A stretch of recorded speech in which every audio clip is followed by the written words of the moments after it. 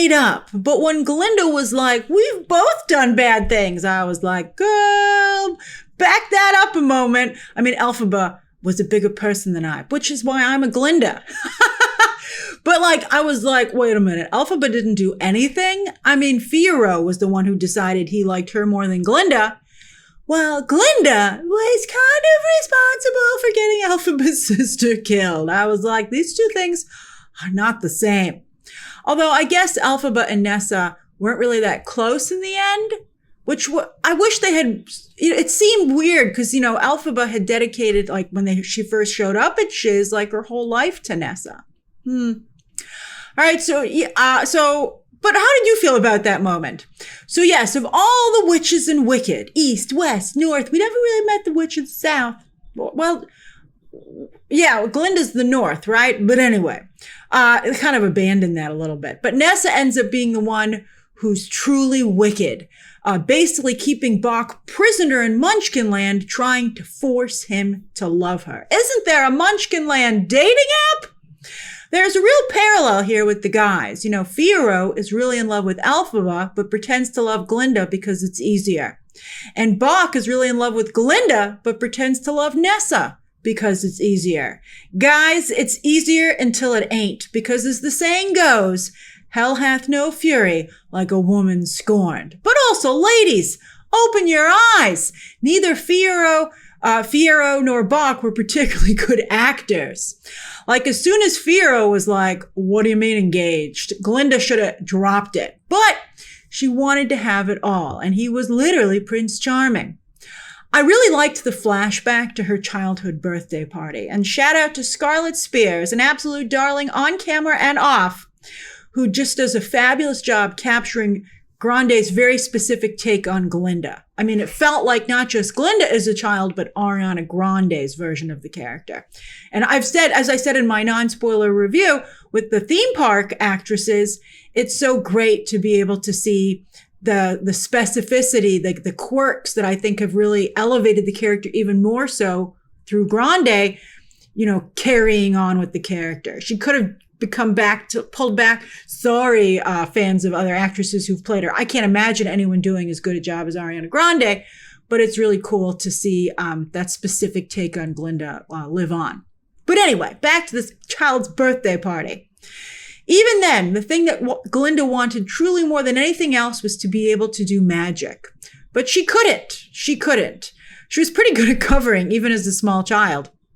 But her mother pulls her aside and points out, you know, she's like, you can't do magic, but you're very popular, Glinda. And I wish that her mother had said, as Glinda herself kind of, you know, they never really quite get there. But when they had that interaction when she was a child, I thought to myself, you know, being this, like the level of popular that Glinda is kind of its own magic. I mean, it makes things happen that seem like magic, right? I mean, just ask the wizard. So let's talk about those endings. Whew! Horrible endings. Like, I was like, wow, this is sad when I first saw the movie. But I think at the end of the day, both ladies got what they really wanted. I had an epiphany while writing out the spoiler review, so allow me to walk you through it. So yes, the dream of feminism, as I outlined in my non-spoiler review, is to be able to have it all. But the reality is that you got to choose, right? You have to prioritize your personal life or your professional life, with the understanding that by prioritizing one, you might not get the other. And so on that note, Elphaba gets love while Glinda gets power. Personal life versus professional life. And to see both of them own their choices, plus recognize the loss of the other side of that coin, was really incredible and something we don't see in pop culture or in popular entertainment. You know, it's always like, you'll get there, ladies. And it's crazy to see such a commercial film be like, but maybe not.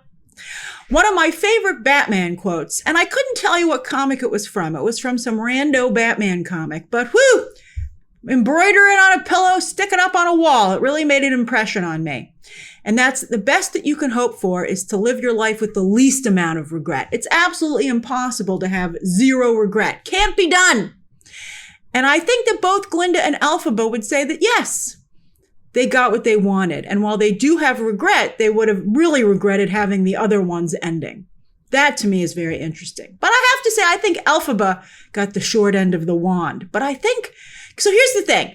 When I first saw Elphaba and Fiyero trudging off into the desert, I was like, what? How can you live here? I mean, sure, it's sparkling and has pretty pastel colors, but they didn't make it seem like, oh, we're going to have to trudge through this desert, this magical desert, but eventually we'll get to a place that's livable. It looked like this was it. And I was like, what? But I think that's the Glinda in me, because I was thinking about it and I was like, there's two things in that desert, Elphaba and Fiyero, and to them, that's all they need. And that ending for them is literally making that statement. There's nothing else there but the two of them. But for them, that's their happy ending. That's all they need. And if you look around and go, this is it, even though the love of your life is supposedly standing right next to you, well, then you're a Glinda. But if you're an Elphaba and you go, baby, it's you and me, I love it this way, well, then you're an Elphaba. And I think that's fair. Although, I don't know, there are people in my life that I love enough that I'd be like, yeah, let's go live in that sparkly, barren, pastel desert, you and me. There are people that I would do that for, but Glinda wouldn't do that for Fiyero, and I was not feeling it either. But Fiyero didn't love Glinda. That's amazing. Isn't that amazing? That's really interesting. When you think of it that way, how do you feel about the ending? Maybe some of you are like, I already got that, Grace. Well, I'm glad you're so in touch with your feelings. Good for you. All right, so so yes, Elphaba doesn't even need her magic anymore, which she gives. I don't know why. I'd be like, I think you really need it in this desert. But that's just how selfless Elphaba is. Somebody said they thought Elphaba was more a Batman. Are you watching the movie? She's so selfless and always on the side of right instead of practicality. That's a Superman. And I just thought that was like Elphaba's selflessness. It makes Glinda ashamed, as you see in the movie. Oh, we're going to talk about Glinda's whole personal crisis. It's amazing. So yes, while Glinda might have lost her man, who again, I don't think she really liked him. I think she liked the idea of him more than the actual guy. And also I think what hurt her the most was losing. Glinda's not supposed to lose. But she got what she wanted since she was a child, and that was the ability to do magic. And I looked up the musical on Broadway, and I don't think that was the ending, that she got the ability to do magic. I think that was a big change. Maybe they're trying to be like, Wicked 3? Let's go get Elphaba and Fiyero out of that desert? But again, that's the Glinda in me speaking. I'm like, we can fix it. And sometimes you can't. But I think we can try. I don't know. What did you think of that ending, especially in that context? Okay, let's talk Glinda. I want to work through my feelings here, and I'm excited to have a conversation with you down below about what happens to Glinda in this movie. So one of my favorite lines in Wicked for Good is when Glinda marches into the wizard's office and says, "You're leaving Oz today." Because, he's such a snake oil salesman. He has such a way with words. He's not getting out of this one. I loved it. The line and the delivery of it, which is important, were just perfect. Because so often when women take charge, it's viewed in a negative light. It's very hard for women to be aggressive because it so often comes off, even when it's not, it's just perceived that way. So maybe you thought maybe you didn't like the way Glinda said it, but I was like, from the sidelines, I was like, great job, Glinda. That's perfect. I mean, she was unapologetic, but I thought not in can she overstep? She's now in charge. But you know what I'm saying. You know what I'm saying. She doesn't want to be too, what do they always say? When a woman is bossy, she's a witch, right? But when a man does it, he's powerful and in charge. It's a real problem for ladies.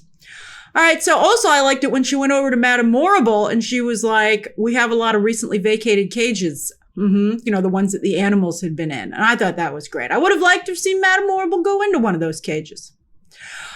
It was great and cathartic, again, to see Glinda not asking for permission anymore. As so many women are programmed to do, to be apologetic when asking for things and just stepping up and taking them. But, here's the difference. I think that what empowers Glinda here is that beforehand, she was asking for things for herself, pursuing her own goals. And also because she couldn't do magic and she knew that, she felt a little bit like a fraud. She didn't want to be found out. And so she used the power of her popularity to kind of hide her big secret. And that's what she couldn't actually do magic. But suddenly her world became a lot bigger and her problems didn't matter anymore. Glinda doesn't really have any problems when you compare it to what's going on in Oz. But she has great power in her popularity and in her position. And so that also gives her purpose, this idea of to be the good in the world, right? And that is a goal bigger than herself. And because of that, I love this, Glinda truly becomes something bigger. It's because her scope and her perspective becomes bigger. She sees beyond herself. And to see Glinda become that at the very end, to put her crown on, when they have that great shot when she deploys the wand, in the trailers, it just looked like, oh, how cool and beautiful. But here you were like, she's going to do it. And then even her little bubble chariot, right? To see her use those things in the service of others. Like when she first got them, she was like, oh, I look amazing. But then she was like, at the end, what can I do with this? And, I think that her new song should have gone here. I think this was a better place for the new song. Because again, they made her new song about her. And that's like, well, I mean, I guess her song would be about her no matter what, but it was still about how Glinda felt about herself. And the whole point of the movie is Glinda moving beyond that, right? So I think if maybe she'd had her own talk about, hey, Steven, can you write another Defying Gravity level song for Glinda? And he's like, what? That's like the song of my career. And they're like, we'll give you a couple of months. But yeah, I mean, if he could have done a Defying Gravity moment for Glinda where she stepped up to become this thing. Because, that's what, I'm reminded of that great Stellan Skarsgård line from Andor. I think about that sometimes. Even myself, I burn my life for a sunset I'll never see. And that's what Elphaba did. Well, she hoped to. She couldn't succeed in taking down the wizard, which is super sad, right? She burned her life, and then Glinda had to deliver the sunset. But I guess that's the point. Now it was Glinda's turn to burn her life. And that's why Elphaba, I'm so sad. And that's why Elphaba gave her powers. She's like, my match is out. You're going to have to carry on the fight with your own flame and burn your, what a fight. It's a more than one person life burning mission. Oh my God. And that's very true.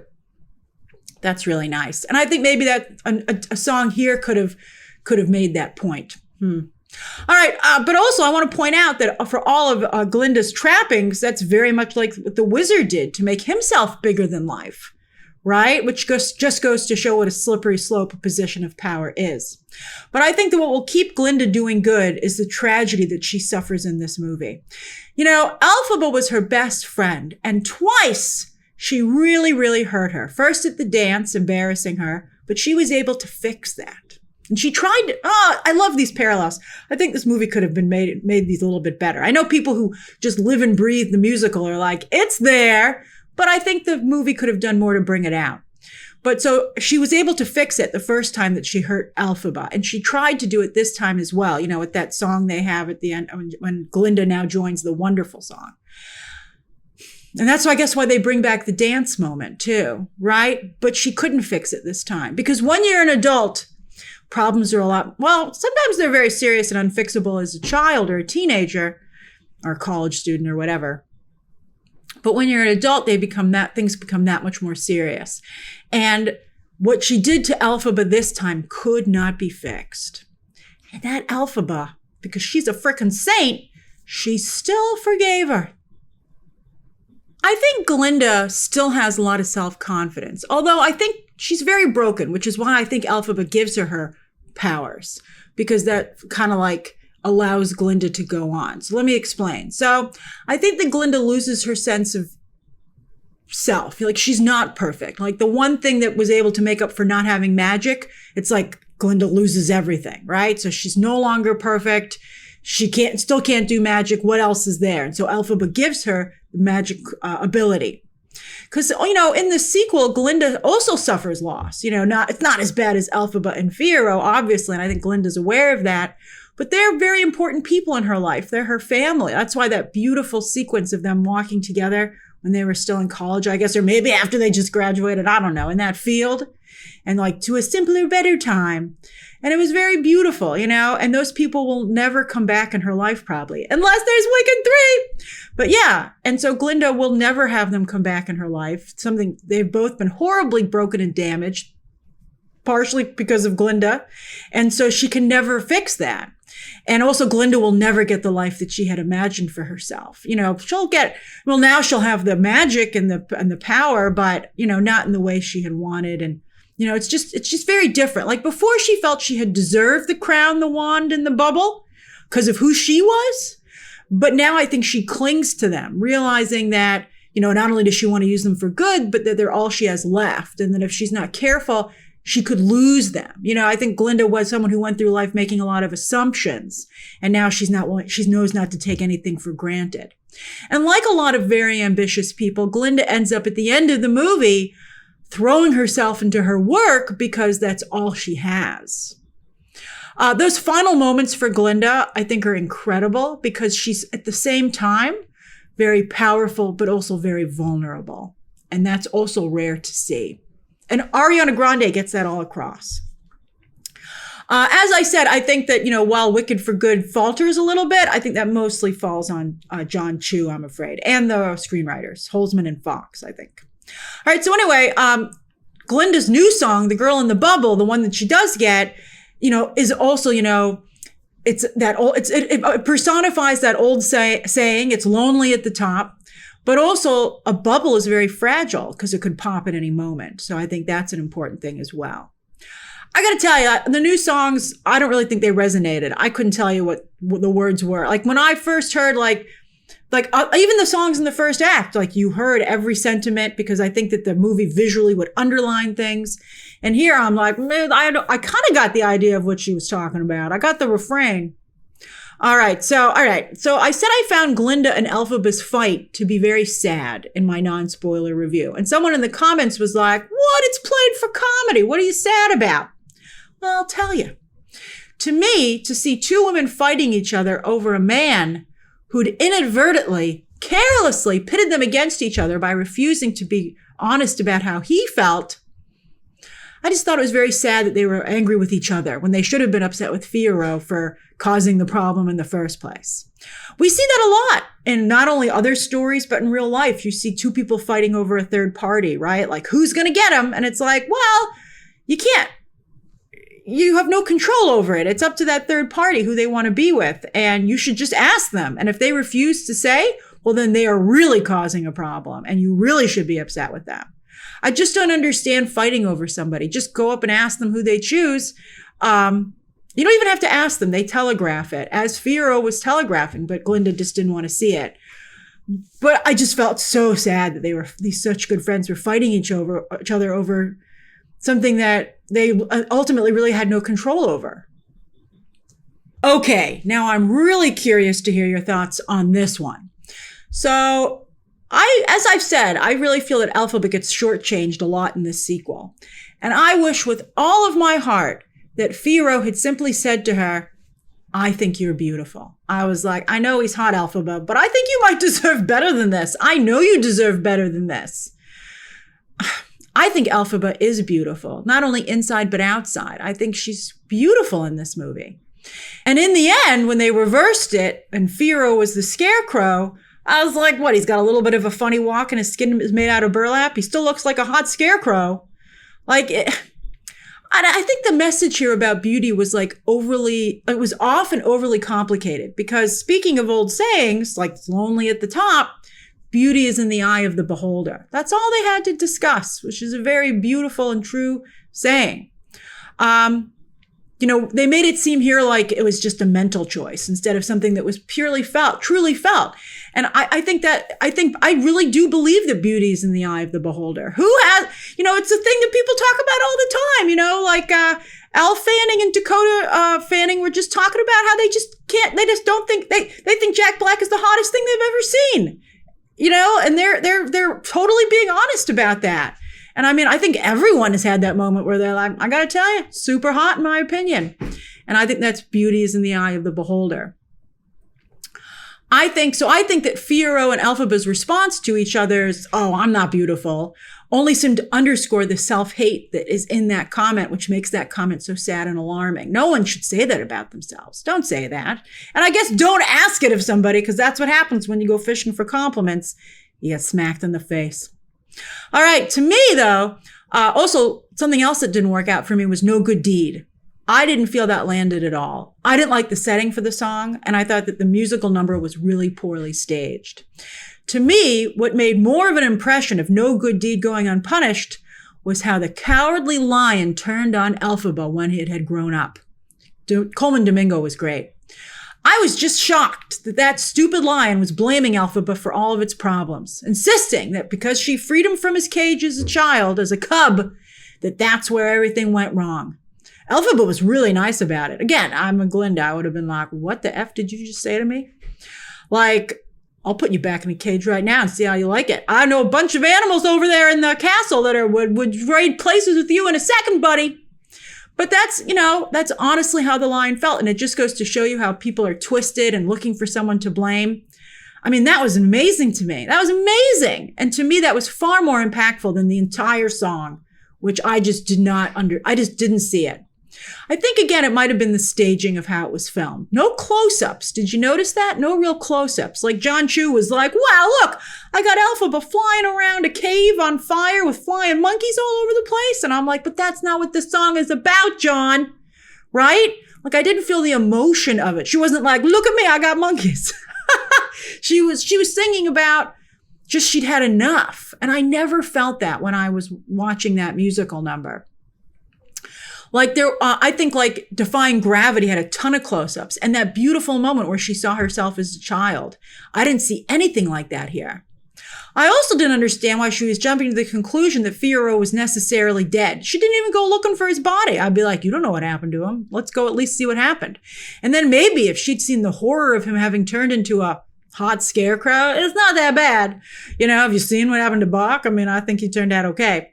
But yeah, like, so crazy. But I mean, maybe at least then, if she'd seen what she'd had to do to Fiyero to save his life, then maybe then she should have sung the song. But I'm like, you don't even really know what happened to him. I don't know. I mean, even if she knew, I don't think the audience knew I think they waited way too long for that reveal about what happened to Fiyero, especially because you kind of knew, right, with the way things were going. You're like, where's the Scarecrow? All right, by the way, that book was nothing but a problem. With no instruction manual, no table of contents. That book was a mess. I was also surprised at how many people could use that book. I thought it was just supposed to be Elphaba. I mean, when Nessa was like, I'll cast a spell, I was like, what? And also, Nessa was so hateful. You know, when I thought about it, it didn't occur to me when I was watching the movie. But when I was doing my notes for the spoiler review, she really kind of became her father's daughter, right? Not only taking over his position as the head of Munchkinland, but being a hateful person who made a lot of assumptions, right? Like, think about like what she did to Boq was very much like what her father did to her mother, right? To her and Elphaba's mother, when their father tried to make sure that, you know, Nessa wouldn't be green like Elphaba, and making the mother eat those flowers or chewing those flowers. It ended up not only killing their mother, but paralyzing Nessa. And these are really good parallels. You know, if Wicked for Good maybe slowed down a little bit, again, you know, the movie to me seemed in a bit of a rush. I think these moments would hit harder within the film itself instead of just being something for, you know, it's almost like the original, the Harry Potter movies back in the day, right? Where like super fans who already know the material are like, yes, there it is.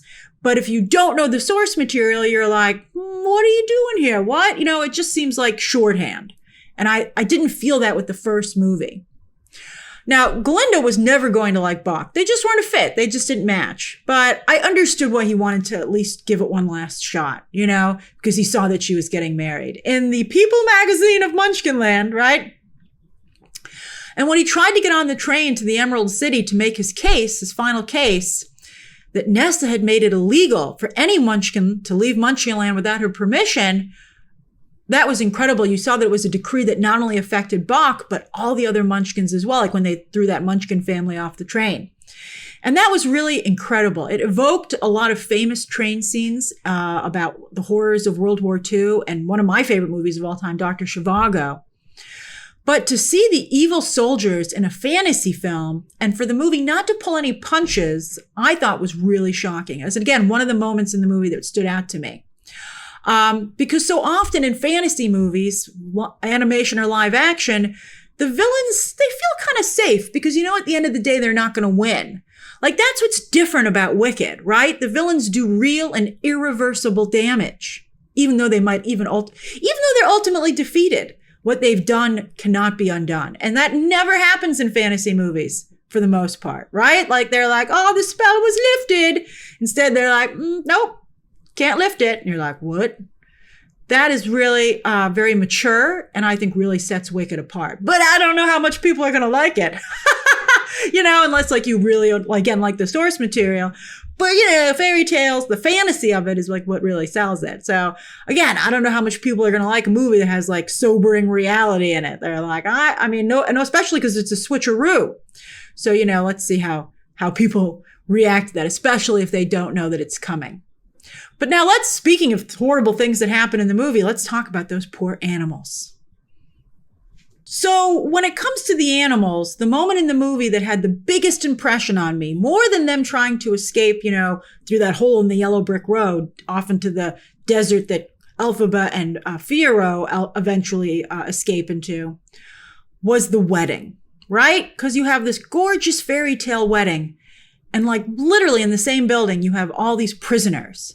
And then they have to run for their lives through the wedding. And it reminded me of like these things we see in World War II movies about the German high command living up this lavish lifestyle. And then there are these concentration camp prisoners like amongst them. And that's what it reminded me of. And to have that in this fairy tale movie about the Wizard of Oz was shocking. But I think therefore effective because it did evoke that parallel. It was just really striking to me. Now, as for the animals being kept right outside the throne room for the wizard, so to speak, right? Like I can understand why they would do that in a stage show because you only have the stage. So it makes sense that it would be right behind this door. But in a movie, you have all the space that you could possibly want. So you would think that the animals would be caged up. They always put prisoners far away, far off, right? This would be like in Cinderella, if instead of Cinderella being locked up in the attic, she was locked like in the room next door, right? Like, I wish that if they had decided to keep this, they made a bigger point of the fact that the wizard, the audacity of him to keep his prisoners right next to his seat of power. Like, he knows that nobody's going to care, and nobody does care. They're literally right there on the other side of the wall. And to me, I didn't feel that they were making that point. It felt to me like they just took the staging from the musical. It just felt odd that it was like, even if you have that audacity, it's such a liability. It didn't make any sense to me that the wizard would, he'd think maybe he'd want to be able to claim some like, I didn't know what was going on, right? I'd be like, how do you not hear them on the other side of the wall? That felt a little off. Like, again, as I said, all these choices can be explained, but when you're actually watching the movie, they seem like shorthand. You're like, they didn't go all the way.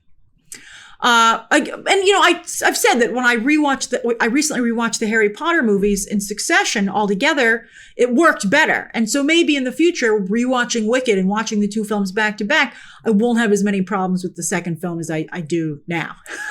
All right, so now, speaking of moments in the movie that really had an impact on me, another one, and there are all these small moments. Isn't that interesting? I'll be curious what moments in the movie had the biggest impact on you.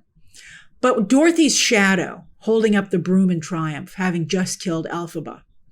That was a horrific image for many reasons.